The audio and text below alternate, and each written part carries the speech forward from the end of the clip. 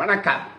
புதுக்கோட்டையில் நடந்த பொதுக்கூட்டத்திலே மத்திய உள்துறை அமைச்சர் அமித்ஷா அவர்கள் என்ன கருத்து சொல்லியிருக்காங்கன்னா, 2024 அதிமுகவும் பாஜகவும் என்டிஏ கூட்டணியா போட்டியிடல, தனித்தனியா தான் போட்டியிட்டோம்.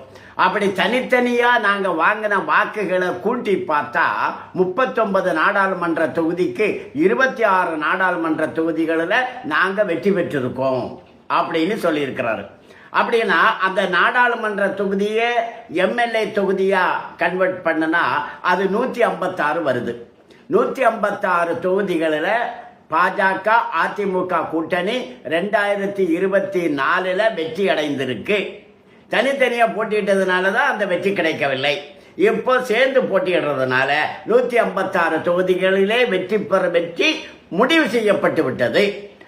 அது கூடுதலா திமுகவுக்கு நிறைய அதிருப்தி இருக்கு. வர வர ஒவ்வொரு நாளும் ஓட்டு குறைஞ்சிக்கிட்டே போகுது.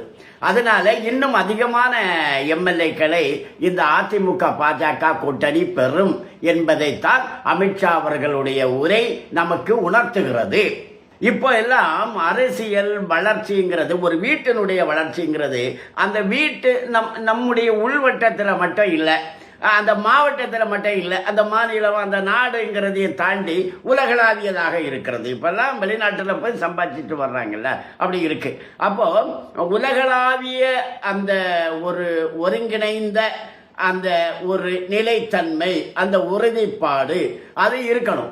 அது இருந்தாதான் நம்முடைய பிள்ளைங்க எதிர்காலத்தில் அதிகமாக முன்னேற முடியும். அப்படின்னா பிரதமர் நரேந்திர மோடியினுடைய தலைமை, பிரதமர் நரேந்திர மோடியினுடைய பாதுகாப்பு நமக்கு தேவை.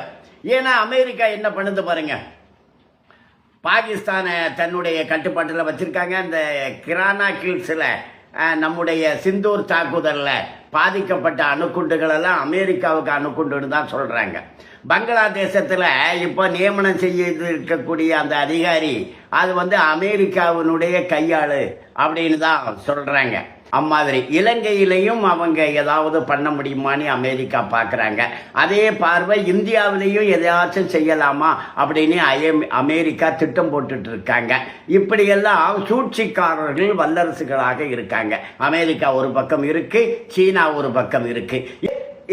இந்த சீனா ஆடுற ஆட்டம், இந்த அமெரிக்கா ஆடுற ஆட்டம், இதெல்லாம் பார்த்தா பிரதமர் நரேந்திர மோடியினுடைய பாதுகாப்பு இந்தியாவுக்கு தேவை என்பது புரிகிறது. வணக்கம்.